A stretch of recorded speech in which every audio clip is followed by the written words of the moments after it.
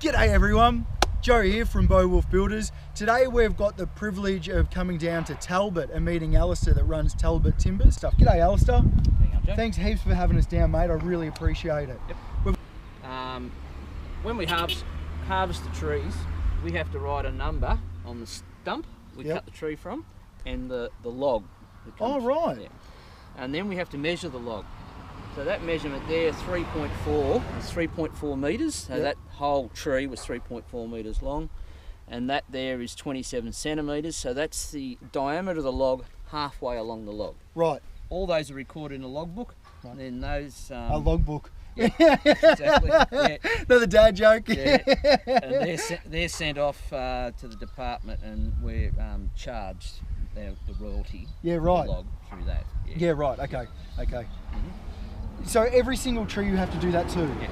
Wow, that'd be a long process. It is. Yeah, it takes a bit of time. And a lot of man hours. Yeah. Yeah. So you have to do that with every single tree as you cut it down. It doesn't matter what species it is. That's right. The processing. The processing. Like from tagging from go to woe, the whole thing. All right. All these logs come out of State Forest, which is managed, but Vic Forests sell the timber. Yep. So Vic Forest will identify an area of forest which needs to be harvested. Yep. And that'll be called a coop. Now the need for harvesting is the need to thin the forest because there's too many trees there. Right. Is this also for bushfire as well? No? Not so much. Okay. No, it's more the health of the forest. Okay. And the idea is to grow more big trees. Yep. Not only for timber but also for habitat. Right. Gotcha. Yep. So they'll have these coops. In that coop, the forest officer will identify habitat trees. Yep. And they'll mark those trees with a H, so right. they're not to be felled. Okay. And then they'll identify the trees to be felled. And what they'll do is they'll put a paint mark on those trees. So those trees are the ones we can harvest. Okay. And it's usually, in a hectare, you may only be able to get 3 or 4 trees in a hectare. Okay. But there could be up to 400 or 500 trees in that hectare. Wow. So we're not taking out very much right. at the time. But the idea is to thin the forest out. It's like growing carrots. You plant the seed, little carrots come up, you pluck out some of them so the big ones can grow bigger. Right, okay. So that's the idea of it. There's too many trees, so you take some out, and what's left will grow faster and bigger. So the trees they leave for habitat are trees in our forest, in box 9 bark, are 60 centimetres at breast height in diameter.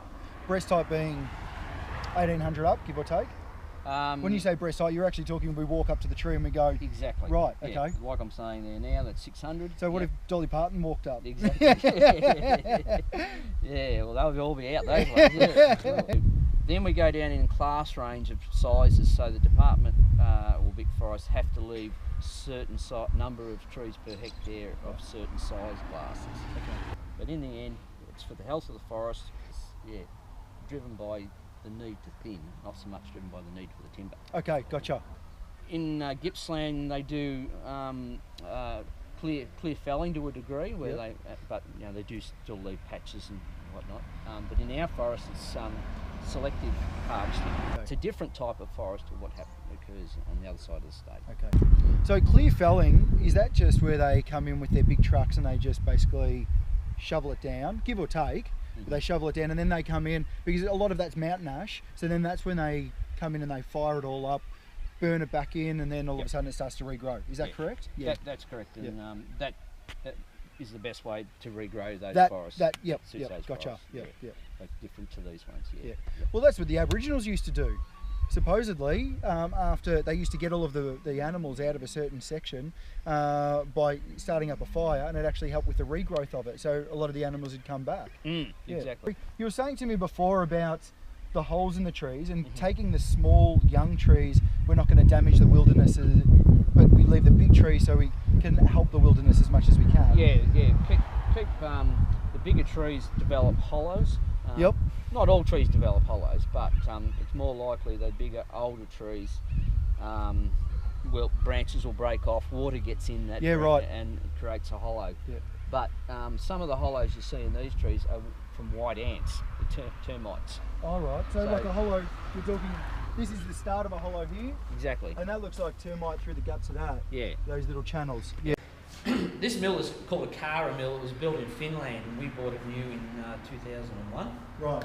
And it's ideal mill for a small log because you can relieve the tension of the log reasonably evenly. Okay. The log will drop on this tray. Yep. And then the log passes through the saw. Okay. And what comes off the other side of the saw will come back through here to be processed. Oh yeah, right. So then you have to, so you've cut it through, do you have to roll it back and then cut it again on the other side? Yes. Okay. Yeah, yep. You can rotate the log, we've got arms come up and rotate the log. Rightio, okay. There's no real pushing and shoving on this mill. It's a one-man operation over there. Yep. So this is just freshly cut? Yep. Because it feels fairly damp. It's 110 by 25. Right. And that'll go into flooring and decking. Okay. And those sizes are sort of the last cuts out of the log.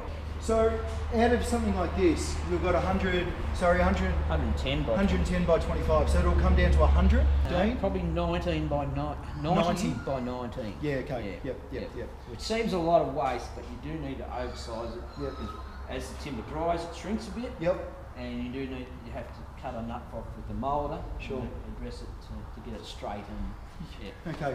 One thing we were talking about before was the kiln drying. There was another system that we used to use to dry, and that was we just leave it racked. Yep. And just let it dry naturally. Air drying. Yep. Air drying. So do we get a better finish with air drying, or do we get a better finish with kiln drying, or does it depend on the timber? It does depend on the timber. We can take this timber and put it straight in the kiln and dry it from fresh because it's got a low moisture content. Okay. Well, we could air dry this to a certain moisture level and then put in the kiln for a lesser period of time. Okay. High quality, if that's the way? Yeah. Not really? Depends on the just timber again? Depends on the timber, yeah. Yeah, okay. Yep. This is the process after the timber's milled. It's what we call racked out. We put the sticks between the boards. Yep. And the idea is the air can flow between to take the moisture away. Rightio. Yeah, so these packs, it's a pack there, will go into our kiln. Right. And that's where it'll be dried. Yep. Okay. What type of timber was this one? This one here is grey box. Yeah. Red ironbark. Red ironbark. Yep. Now you were saying to me that if we've got any defects in the timber, obviously for structure and stuff like that, we have to cut them out. Yep. So the parts that we cut out we'll use for firewood. The other parts, what do we do with the other parts? Can we finger join them, or can we do anything like that? Yes, with them? we can finger join the shorts together. Not here, we send it away and have it done. Yep. And that makes much better use of that timber. Yep, right. For this particular type of species and size of trees, a lot of shorts. Okay. A lot of shorts. Yep. And we're finding that's the best use for it. And what about dressing the timber? You don't do the dressing here? No, we send it off Yep. to contractors to do that. Yep. Yeah. Because I saw some timber before that was really nicely done. Has that been dressed somebody else and then brought back? Yeah. Yeah, okay, all right. We're going to go check out one of the kiln dries. Works. It's the sun. There's two layers of plastic. This is swimming pool cover plastic on the outside. Right. And that acts as an insulator. And the inside is black. Oh, just like concrete is plastic? Yep. Yep. And white on the other side. Yeah, right. Yeah. So the sun heats up the air between the two pieces of plastic. Yep. And then that heat is pumped around, it's circulated into the kiln and to dry the timber. How is it circulated? We've got little fans that blow the air around. Rightio. Yep. That's amazing. I've never seen one. I've never heard of one being a solar kiln dry before. So what's this section just behind you? Because I can see a big chimney coming out of it. Yeah, we've built this on the end here, and we've got a wood heater in there which we use offcuts from sawmilling operation. Yeah, right. To speed up our heating during the winter. Okay. So that's for our winter basically. This is our summer, and we're getting a fair bit of summer sun, especially with the earth heating up the way that it is.